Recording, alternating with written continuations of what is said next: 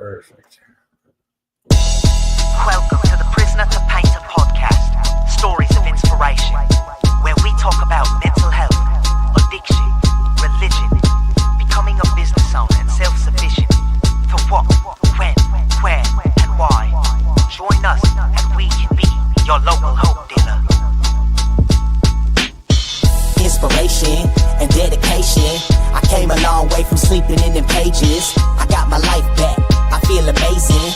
Life's a book, don't get stuck on sad pages. Rainy days with no money, hard work lead to days that are sunny. Looking back, it was all needed. The problems, the pain, the trauma, the grieving. You are now tuned into the prisoner to painter. Prisoner to painter. Hard work, dedication. Rainy days, inspiration. Prisoner to painter. And now, a word from your local hope dealer. Man, welcome to the Prisoner to Painter podcast. I'm Nathan McDermott, and today joining us is Stevie, man, over the internet, all the way in Wyoming. Hey, thank you for having me. Dude, I appreciate it. I'm glad we were able to connect, man. You know, sometimes over those podcast groups and stuff, sometimes it's a little hit or miss with some people. So It sure is. man. So, dude, thank you for coming on. I really appreciate it. And Thank you for having me. Yep. Yeah, dude, it takes a lot of courage to tell your story regardless. So that's why I always overthink people, because it's not a small task getting in front of a camera and telling your whole story. It's really not. So here, man, we start from childhood and go to where you are now. There's no agenda. There's no hidden nothing. Just your story. I feel like that truth is going to be the best entertainment. So. Yep. I got you. I guess you just want me to start like the first time I ever got in trouble. So I'll steer the conversation, but I definitely want to touch that for sure, man. So how would you say childhood was in a broad sense? Pretty. It was good and bad. I mean, to be quite honest with you, I mean, getting older and like having kids, it's like, they were just trying to raise me and my sister the best way that they knew how. You know what I mean? Just your normal fucking blue collar type lifestyle, I guess. Grew up in the trailer park, Mitchell, South Dakota. Right on. Oh, okay. So you haven't always lived in Wyoming. So you were born in South Dakota? Yep. Okay, right on. Born and raised. I guess the first time I moved out to Wyoming, I was 21.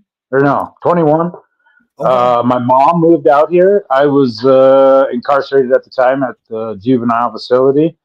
Gotcha. And it was after that. Sorry, I apologize. Holy shit. No, you're good. No, you're good, man. This is why I like kind of like going in order. But yeah, it was essentially I had the ultimatum. It was move to Wyoming with my mom and do the interstate compact shit that they had going on. But I was still on parole, and it was either that or go to the halfway house. And, gotcha. I mean, what would you do? Try to start over. Yeah, no kidding, dude. Did you have a brother or sister growing up? Yeah, I got a younger sister. She's 4 years younger than I am. Okay. What did mom and dad do for work? My dad worked at, it was called Business Products Incorporated. Essentially, it was kind of like a mom and pop office space. Or not office space, but office mats, I guess. Mm-hmm. Kind of one of those type places. And my mom, she just worked at like a tire place. Right on. Sold tires, that kind of shit. Gotcha. Hey, right on, man. So all in all, it sounds like a pretty normal childhood then. Yeah. I mean, minus the alcohol, you know what I mean? Yeah. But what was your favorite? Yeah. What was your favorite cereal? What was your favorite cereal growing up? Ooh, Man, Fruity Pebbles. I still love Fruity Pebbles, dude. Rock on. That was mine, dude. Hell yeah, that was mine. That's funny. Man. Even, No, sorry. Go ahead. I apologize.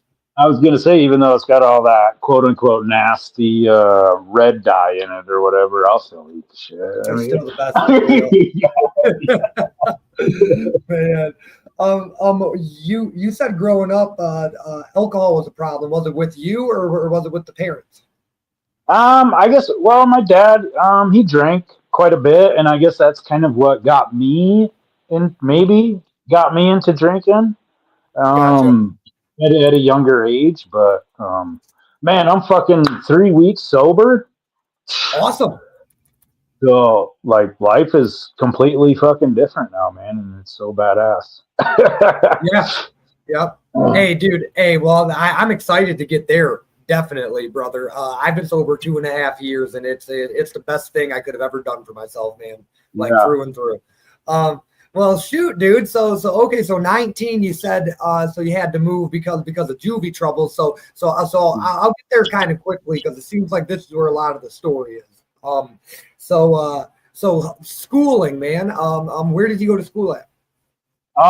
So I went to school originally in Mitchell, South Dakota, all the way up to my senior year, and then it was a couple months into my senior year, and then they locked me up, and then I couldn't graduate with my class, and then that's when I had the ultimatum: hey, you can go live in a halfway house or go live with your grandparents in Blatt, South Dakota, Gotcha. which was like so much smaller than Mitchell. Yeah. Did you play any sports or anything like that? Man, I did, yeah. Softball. Played basketball a little bit. I was varsity wrestler in Platt. I did taekwondo. I got my black belt. Yep. Okay. But then, you know what I mean? After a while, you know what I mean? You get to like 17, 18 years old, that shit ain't cool no more, man. Yeah. There's some girls, and yeah. Well, shit, dude, being a black belt, your hands are lethal weapons, right? I guess. I don't know. That's, I think it's always funny when somebody says that. They're like, oh, my hands are registered. Yeah, calm down, buddy. Yeah, exactly. Yes. That's funny, man. That's funny. I actually, it's really, I seen somebody today when I was at work. They fucking, all of a sudden, they just threw up a big old middle finger, right? And I'm like, what the fuck are they flipping off? And it was a cop, dude. Oh, geez. Yeah, I'm like, what the? Oh my! Are we still in middle school? Like, you're a grown ass man, dude. Yeah, no kidding, man. Did you have a favorite teacher or subject when you were still in school? Yeah, I would say,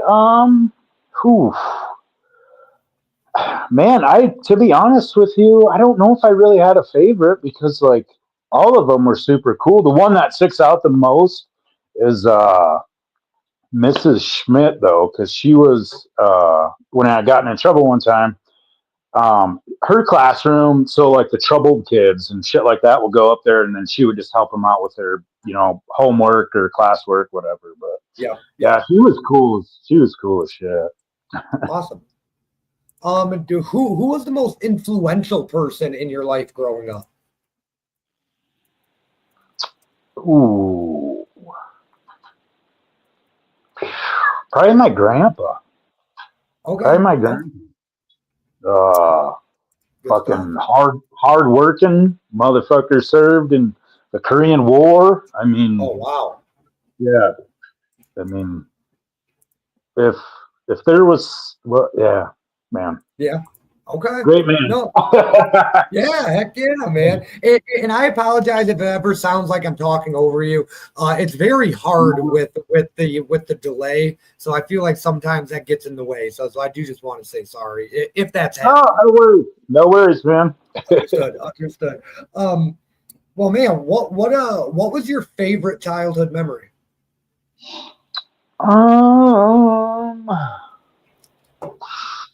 Favorite childhood memory. I would say, do you remember? Well, I guess this is going to kind of give away my age a little bit. Do you remember when they had those T-shirts with Bugs Bunny and Taz on it, and they had the clothes backwards and crisscross? I got a pillow, dude, for Christmas one year. I was so stoked about that thing. I don't know. Man, that's out the most. Hey, and then before we before I ask, how you got in trouble and all that, and then we start getting into that part of your story, what was your least favorite childhood memory?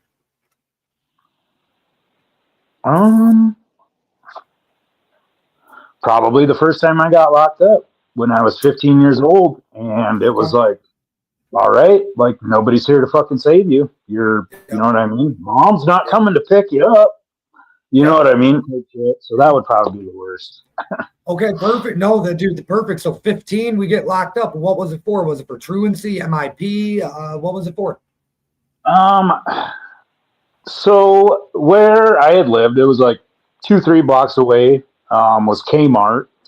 And we would, just walk down there type shit. Well, anyway, a friend of mine's like, hey, man, I found a binder in the dumpsters full of credit cards. Okay. Credit card numbers, I guess.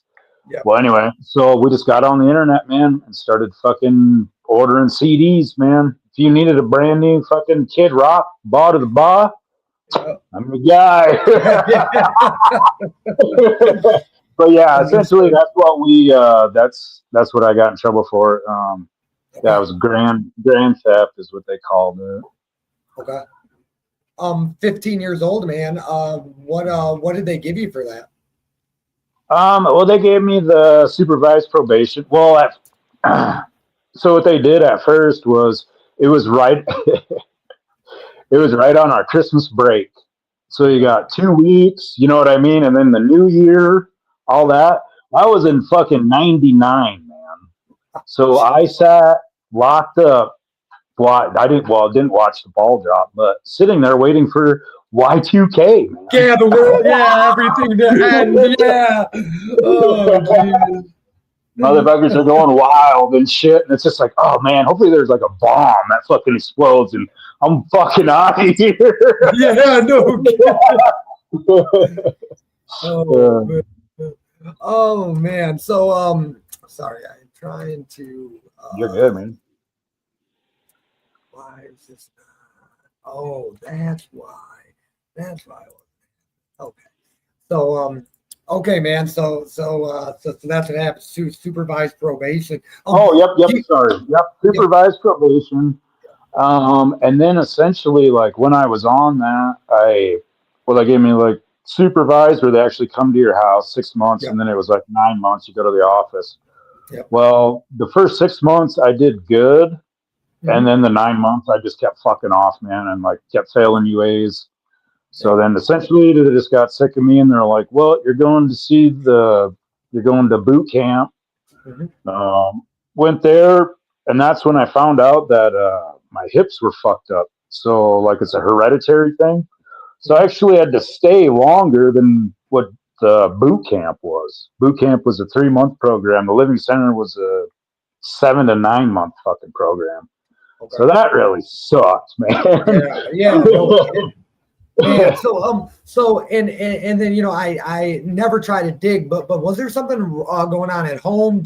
Were you drinking or doing drugs? Was there a reason behind actually the crime itself? Man, like that's one thing I've been like trying to like wrap my head around.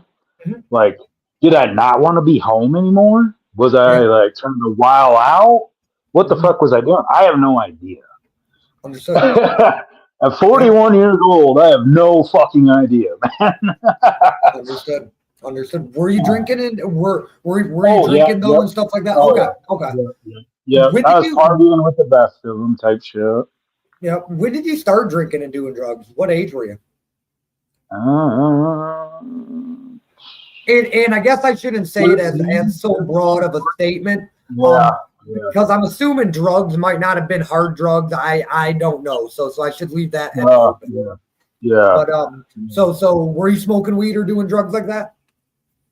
Yeah, I was mostly just smoking weed, dude. Gotcha. And yeah, Okay. that hard drug shit that didn't come on till like fucking later on. You know what I mean? Gotcha. When you could actually get your hands on it, type shit. Yep. Okay, man. So 15, so you get put on probation. How do you end up getting boot camp? Were you charged as an adult? No. See, that's the thing. They have a juvenile boot camp in South Dakota. Okay. Well, they did at the time. That's something you should fucking do some research on and blow your mind. Kidding. Yeah, no kidding. They ran a girl to death one year. No kidding. Crazy. Yes, sir. But Wow. but yeah, it was there. Fucking was there. They just had the juvenile. It was juvenile boot camp. Mm-hmm. But yeah, once so I was running in the morning. They would do like PT type shit, and I essentially fell out in the gym, and like my leg hurt so fucking bad. And then they took me, got me some X-rays, and they're like, "Well, unfortunately, we're not gonna fucking put you through boot camp because it's gonna hurt you more than it is gonna hurt or help you." Gotcha. So yeah, So they're they like, screwed you on that, kinda, right? Yeah. Yep. Oh yeah. Yeah. Okay, man. So 15, man. So when you get out of trouble for that, when do you get out of trouble, like off of that charge? How old are you then? Well, see, that's a funny thing. Like, being that it's juvenile, they're supposed to keep, or you're supposed to be released like when you're 18, right? Because you're an adult then. If you graduate, got all your fines paid off, Well, man, I did all that shit. I was 19 years old, and then I got popped for my felony because I had methamphetamines in my system when they gave me a UA. Gotcha. Okay, so you were on so you were already on probation, and then you popped dirty for methamphetamines, and then you get hit with a felony.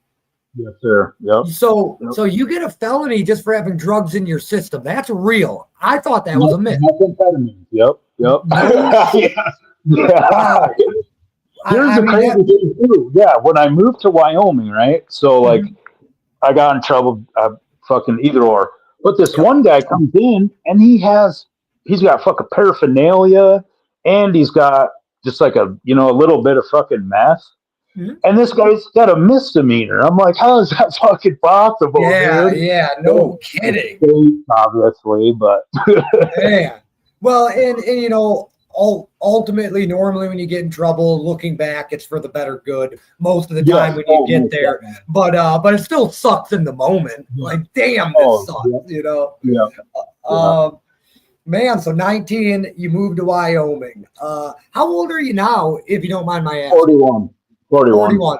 Okay, so clearly I found I think there's success in your story. Not that I'm the judge of it, but just hearing about your artwork, your podcasting, and then even getting sober. So I know sometimes it takes a while to get to that part, but I really like understanding how we got there, because without the bad, the triumph isn't as awesome, now when we get there, it's like now it's awesome.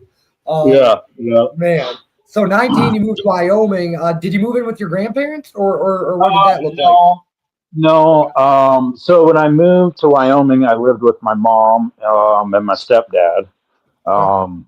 Still, and then I was on parole, and man, I just fucking couldn't learn, dude. And I think I was just trying to like make a statement or something. I don't know, but I caught charges in Gillette. Fucking like I feel like I may have misunderstood. So you were on parole. So did you do time in a juvenile center? Were you locked up? Yes.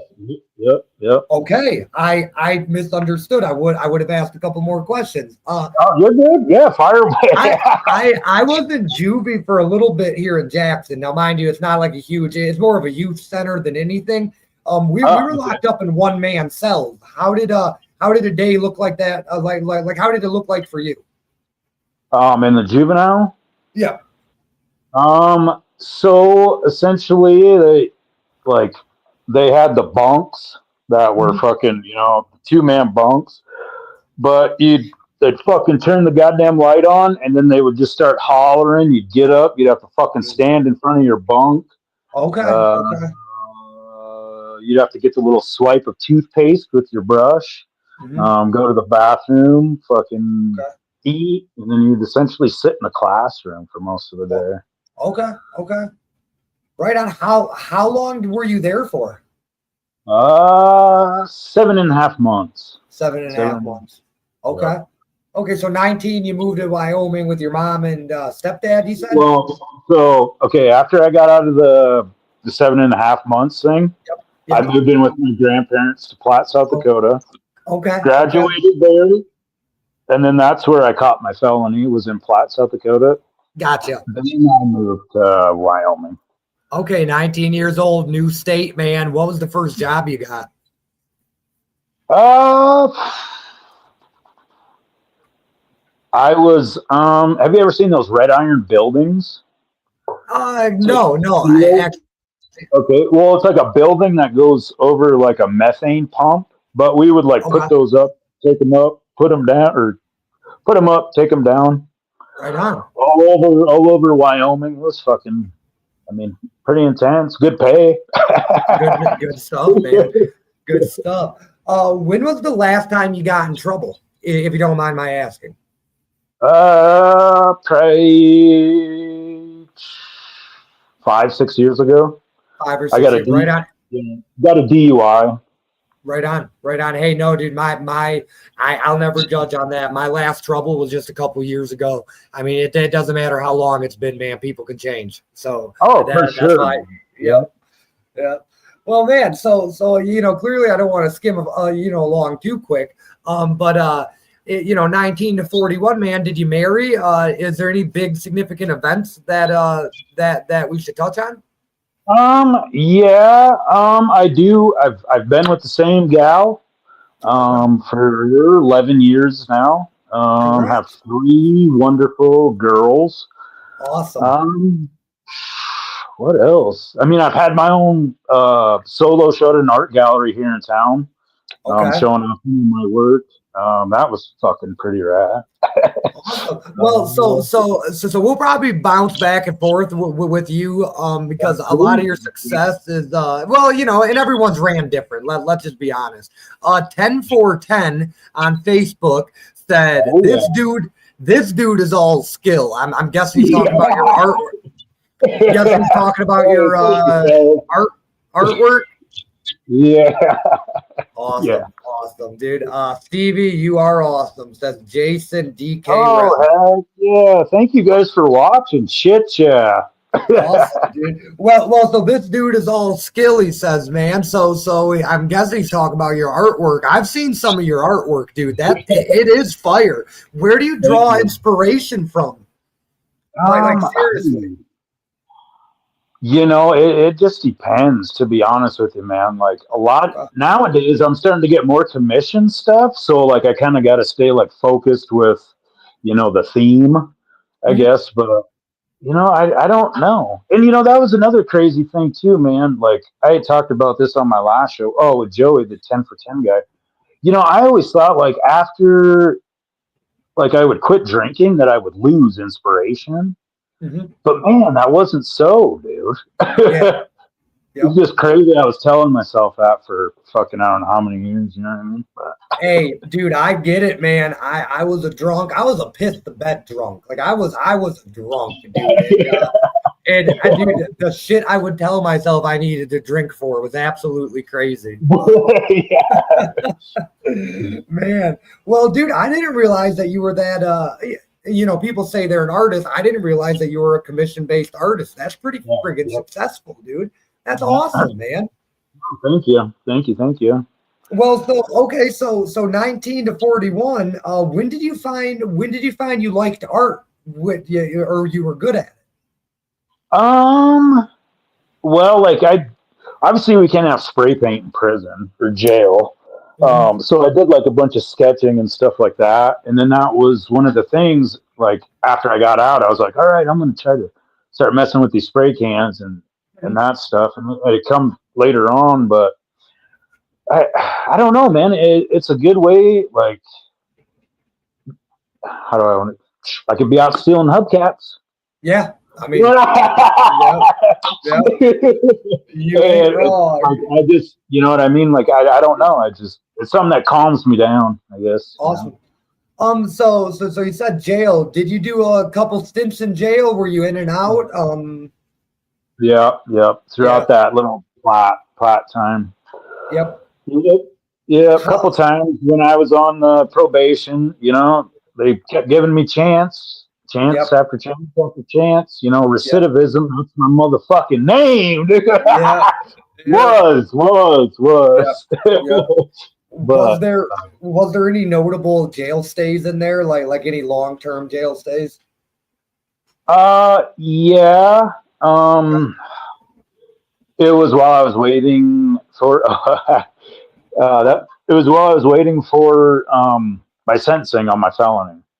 Okay. So this is crazy. So having a controlled substance in your system is a maximum of 10 years in prison in Wow. South Dakota. I don't know if it's still the same, but that's Okay. how it was. Mhm. And it's like, holy fuck, dude, 10 Yeah. years Yeah, for dude. something. I believe in helping people that use drugs, not giving them 10 years in prison. That's insane. That's Yeah, insanity. Yep. yeah, Yep. yeah. That's insanity, literally, too. Wow. But yeah, so you catch a new charge while you're getting sentenced then? Yep. I ran away from a halfway house in Sioux Falls. Okay. I was on the run for 3 weeks. They fucking caught up with me. Hmm. I did, I guess only 7 months in the county in Okay. Lake Andes, but that, man, that is an experience. Yeah. Being the only white person in an all Native American jail, Yeah. that shit was pretty hard at first, but I tell you what, them boys jumped me pretty good. But after that, they were cool as fuck with me. Awesome. What's Which, your yeah. what's your favorite memory of jail? I know that's an odd question, but what's your favorite memory of jail? I'd always mess with this one dude all the time. Okay. Like, they had lotion, so I fucking put a bunch of it in this rubber glove I got from the fucking laundry person, and I put it next to his pillow. It was dang, I can't remember what Christmas it was, but it was like Christmas Day or whatever. That shit was fucking funny. That's funny. Yeah, no kidding, man. I was like, Merry Dude. Christmas, dude. Yeah. Yeah. Man, so you've been with the same lady for 11 years and you got Yeah. 3 kids. So did your kids see you in and out of jail or did you have them after that? You know what? That was one of those things where, you know what I mean? I got super fucking lucky, man. Awesome. Afterwards. And speaking of that, like, Mhm. that was one of the things that always irked me when I was in jail or prison or whatever, and people would come back and they'd be like, "Oh man, I love my kids so much," and da da Yeah. da. And it's like, dude, if you fucking did, man, like, stop doing that shit. Yep. Keep How coming hard back. is it not to fucking rob somebody's house? Yeah. Yep. No, you hit it, man. No, you hit it for sure. Well, man, okay, so I'm not gonna say normal, but people go sometimes in and out here, there, MIPs. I'm not gonna call it a normal life, but I live the same lifestyle, so I understand. Yeah. For sure.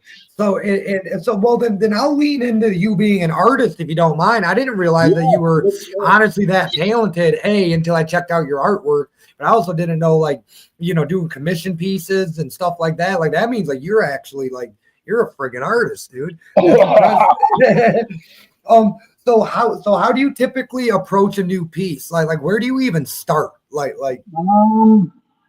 Well, that's another thing too. Like, I guess it just really depends. Like, how I'm feeling. Like, I don't know, because like I bounce back and forth all the time. Like, I do like landscape paintings a bunch. You know what I mean? Yep. Yep. It might be from the weed that I smoke too. Okay, let's do some lands. But I don't know, man. It's just usually kind of like what I'm feeling, I guess, to be honest with Okay. you, man. Like, if there's, well, shit, it was when Charlie Sheen came out with that biography on Netflix or whatever. Mhm. I dug the fuck out of that guy as an actor. I did a painting of him when he was Wild Thing and fucking Yeah. made the league. That was funny. How do you balance your doing like you do artwork pretty frequently from what I gather. How do you Yeah. balance your artwork with your normal job? That's another thing that's crazy as shit, man, is like I've been doing it for so long, and I'm so thankful for my wife too. Mhm. Um, but like, so I'll go to work, you know what I mean? And then like after work, then I'll paint, for a Okay. while, or you know what I mean? I'll eat, you Yeah. know what I mean? I guess work Yeah. really doesn't fucking stop. Gotcha. It's like Yep. shit, you know what Yep. I mean? Yep. Yep. Like for instance, this weekend I'm working on this commission piece for this gal. Like I fucking busted my ass all weekend for that. You know what I mean? And then after I'm Mhm. done with this, I'm gonna go back to work on Yep. that. Yep. How do you hope your art impacts the person buying it or viewing it? Ooh, man, that's a good question. I hope that it makes them so happy and it's a conversation piece that like that's why I like doing a lot of layers and shit on there because you actually have to like get up and close and like look at it. Mhm. I don't know how to explain it, but Yep. yeah, I just good feelings. Yep. Yep. How do you balance what they want while still sticking with what you are as an artist? Because I know every artist has their own, signature, I guess you'd call it. Um, I just kind of hear what they have to say first, Mhm. and then if I can fuck with it, I can fuck with it. Um, well, for instance, 10 for 10, I designed their cover on their newest album. They just Okay. kind of they're like, "Hey, will you do this?" Da da da da, and like, I kind of just had a feeling it was going to work out, just like with this commission piece here. At Yeah. first, I was kind of like, and then when I got to talking to her, it's like, all right, cool, cool. Yep. Um, but I mean, there has been a couple of times where I have had to shoot some people down because it's like, Yeah. man, the amount of time that you're giving me, and like, Mhm. it's gonna, it's just like a tattoo artist would tell someone if the tattoo would look shitty. You know what I mean? Yep. Like, Yep. I get it. You can't rush something that you want to look that good. I yeah. get it. I get it. Um, what was the pivotal moment? Like when did you say, you know what, I'm gonna start friggin' selling my artwork for money? Like there had to have been a painting or a person or an event, right? Yeah, it was actually childhood friend. Moved Okay. out to Washington type shit. We kept in contact, and then he's like, "Hey, man, will you paint this for me?" And I'm like, "Yeah, sure." And then he shot me money, and then I'm like, well, fucking A. And then I did another piece, and then someone else was, another good friend of mine, Junior. It's like, "How much do you want for that?" And I'm like, "Well, Mhm. fuck." you know, it's like, let's just keep it going. You know what I mean? And Heck yeah. like, Do you advertise at all, or is it just word of mouth? How does that work? I try to advertise as much as I possibly can, but I do understand. Sometimes when you're over posting on Facebook, some people do get irritated with that. I Yep. understand, but it's like, what else are you going to do? You know what I mean? When you got a free platform, let's use it as much as we possibly can. You know what I mean? Yep. But as far as that, I mean, I'll go do like vendor events and stuff around town. I've went back home 2 years in a row. They have Arts in the Park. It's all weekend long. Man, you talk about a rad event, dude. Oh Some yeah. a lot of great people, great conversation. It's good stuff, Oh, man. good stuff, dude. No, seriously. What does art mean to you personally? Hmm. I get fuck. Maybe release, maybe, I guess. Okay. I don't know. No, that's hey, dude. I just ask the questions. Whatever you feel is sufficient is seriously I fine love by it, me, dude. man. I'm usually the one asking the questions. Hey, that's perfect, man. Because I was gonna lead into that, and then kill a little time. Not that it's killing time, but after that, we'll get to our wrap up questions. This has been phenomenal. Seriously, Stevie, I appreciate it. What made you want to start a podcast? Because you also have your own podcast. Yeah. Well, to be honest with you, I was always into like radio, like talk radio and shit.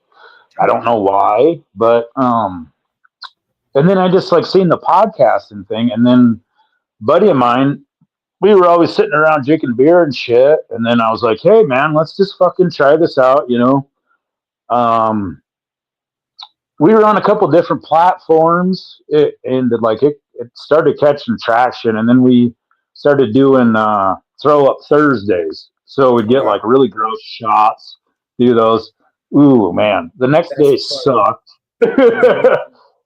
And That's to be funny. honest with you, I got tired of doing them all the time. You know what I mean? Like, Mhm. so like we just kind of veered away towards from that, and I don't know, man. And then it kind of just got into like promotional stuff. You know what I mean? Yeah. Promoting other people, smaller businesses, some of the bands here in town, and getting good relationships with fellow podcasters like yourself. Yeah. That Jason guy that was in the comments, he's a podcaster out of Canada, man. Like, Oh, no kidding. Okay. yes, sir. Yeah. Okay. Yeah. Yeah. Do you still do your podcast? Not as frequently as I did, man. Just because, like, different job. I'm working more. Artwork's starting to take off more too. You know what I mean? So, I did one a couple weeks ago, I think it was, but yeah, it hasn't really been that frequent, Gotcha. as it was. It just kind of got to be. I don't want to say a hassle, but like it. I don't know. It's No, just like hey. fuck. I got to get that episode put out. You know what I Yeah. mean? Yep. Like shit, I do. it's like I just want to hang out or whatever. Yeah. How many shows did you end up doing, and what was the name of it? It's Three Wheel Bicycle Podcast. We're on all the fucking wonderful platforms.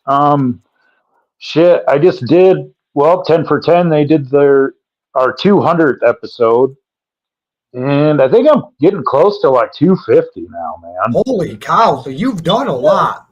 Yeah, I think this is like the eighth year I've done it. Oh wow. Okay.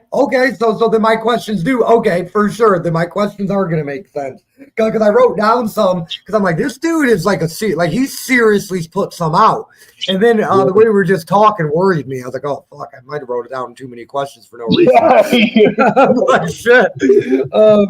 Well, okay, awesome. What was your show's niche? Like what were you guys known for? See, that's the thing, because like it jumped so many different times. It was the Nasty Shots on Thursdays, and then it kind of just went to, I kind of like talking about histories, a few history things, like whatever day it was, this is what happened. Just some random shit I'd find on the internet we talk about. Yeah. And then it got to like promoting, the smaller businesses and the bands and stuff like that. So to be honest with you, it doesn't even really have a niche, I guess. Okay. So the Three-Wheeled Bicycle Podcast, were there three of you, I'm guessing? Well, it started with two, and then it went three, then it went back down to two, three, and then two, and now it's back to three. We all haven't done one together in a while, but gotcha. That might happen because I think we're having Thanksgiving over here, so we might fuck around and get one out. Hey man, well next time you need a guest, think of me. So I will. I truly appreciate you asking me to come on, dude. Because like you were saying at the beginning, like you don't really know. You know what I mean? Yeah. No, I mean really, you don't till you just do it, dude. But yeah. what was the biggest challenges you faced you're creating the podcast? I would have to say anytime something fucked up on the live, dude. That's why I quit doing live altogether. Just because, like, I don't know. We get like so hyped up and everybody's fucking ready to go. You know what I mean? It's like, all right, it's time to go. Yep. Not connecting or whatever. And it's like, are you fucking kidding me? Yeah. It just throws everything off, and so I think that would probably be the most challenging thing is to, was with the live. I guess maybe too with, Kirsten. Hey, thank you, Kirsten, for watching. Heck yeah. Yeah, doing the live stuff. And then I suppose like promoting too. I didn't really do a bunch of that, but that's another job in itself too. When you know what I mean? Yeah. Dude, what I have found, what I do is I hand out business cards, and I do it more of an in-person type deal than I do over like the internet. And I feel like that's gotten me traction. Like I feel like that got me a good basis at least. And now expanding, but it makes more sense too because you're fucking being in person with them. You know what I mean? Yep. Versus, and then being in community, like I was handing out free hot dogs this weekend. Like the reason I even started this was to give back. So how could I just give back by just doing this? Like there's other things I got to do. So I feel like that's why we're becoming successful is because it's not just a podcast. Like we're trying to do way more than just be a podcast. But yep. That's pretty rad, man. Yeah, dude, I'm trying anyways. I'm trying. How did you handle negative feedback if you got any? Man, we did get some fucking weird shit one time. This guy was coming out of the pocket with something about like, anyway,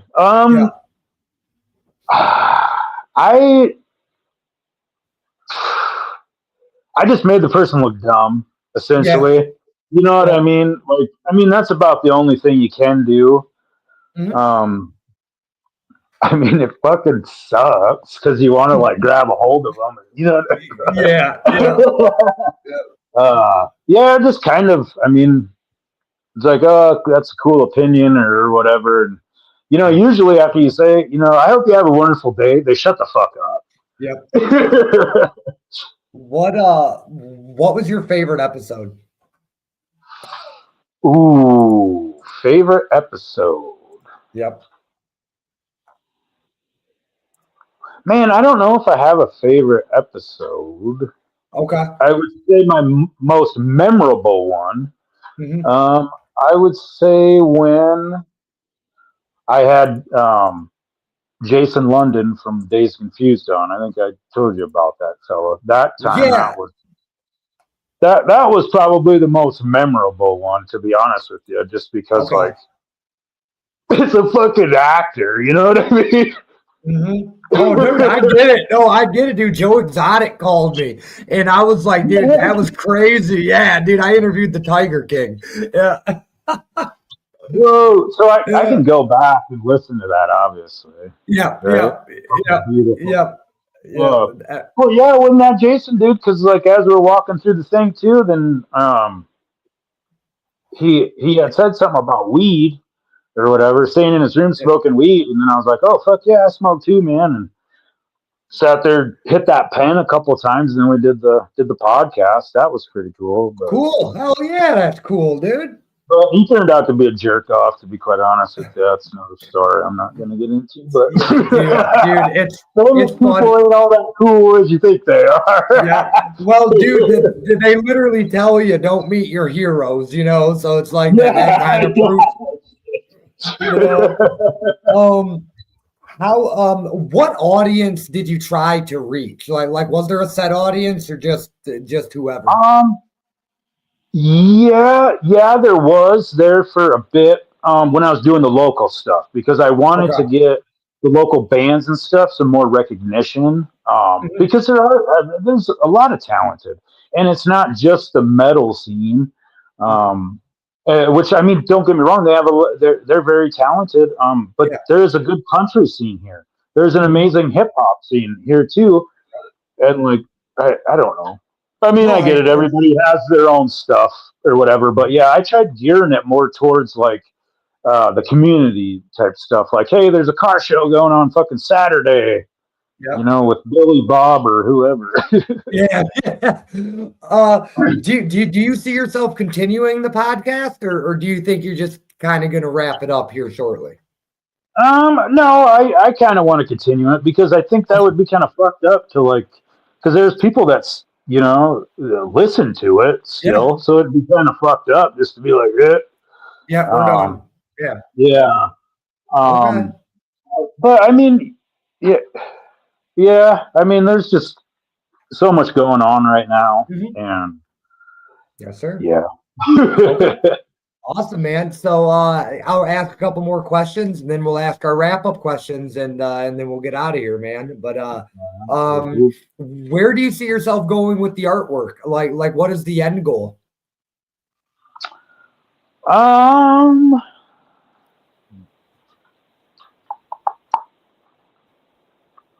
Essentially, I don't know. I'm not gonna say too much.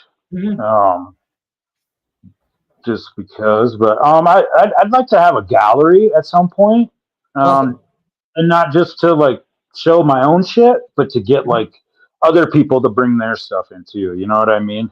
Yes, sir. And not charge up the ass the artist. You know what I mean? Because that's another funny little thing that a lot of people don't understand. Just because you get your artwork up on the gallery doesn't mean that you get all of that fucking money. Yeah. Because you're paying for the slot. Yeah. So that's another thing too. That's very difficult, how to price your artwork when you have it in a museum. You know what I mean? And me personally, since we're getting into shit like this, that's another thing that I get sick and tired of seeing all the time. Are these auctions of like, the $1 billion fucking banana. You know what I mean? And then I think people get in their mind that every single artist is getting paid like millions of dollars or something. You know what I mean? And personally, like, don't get me wrong, I would love that. But the other thing too, like, I've always been a big advocate is like, art shouldn't break your pocketbook, man. It's supposed to be fun. You know what I mean? It's not supposed to be your mortgage or your car payment. I'll get into that market. You just gotta get man. Oh man, Stevie, this has been great. I hope to stay in touch, really. For sure, man. So our wrap-up questions are all the same. I'm gonna start with this. Is there anything that I didn't ask that I should have? Is there anything that I missed? I don't think so, man. To be honest with you, I mean, if anything ever comes about, I'll fucking, you know what I mean? I'll remember it, and I'll have you on my show at some point in time. Yes, sir. Awesome. What is your definition of success? Ooh.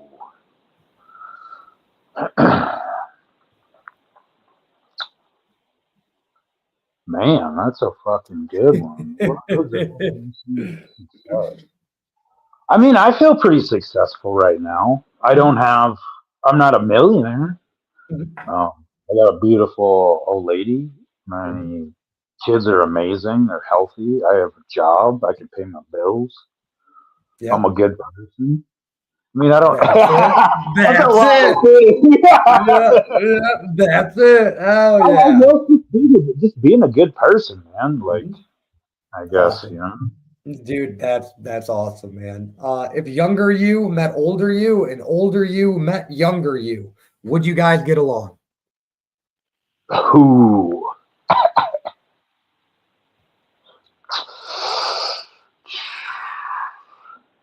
Man, I don't know.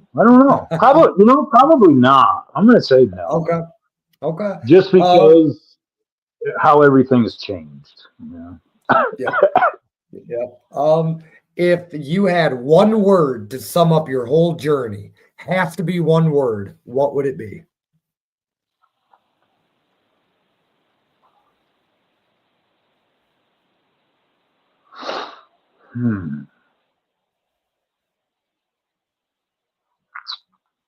Outstanding. Awesome. Brother. Stevie, this was great, my friend. Oh, and then my last wrap up. I apologize. Are you happy with the way you told your story? I think so. I think yeah. Okay. I always want to ask that because if you ever feel like you didn't say enough or you don't feel like you told your story the way you would like it, I will always invite you back on and we can do it again.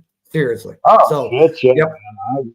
I got lots of stories for you if you need them. Yes, sir. Yes, sir. Awesome, my friend. Hey, thank you, man. I'm gonna hit the outro and then I gotta go buy some tires. But dude, I will stay in touch. I hope to hear from you. Seriously, my friend. Likewise, man. Thank you for having me on. Of course, dude. You have a good rest of your night, and thank everybody for watching. Seriously, we've had viewers the whole entire time, people commenting. Thank the viewers, seriously, and thank you, Stevie. Once again, good night, man. Yep. Awesome.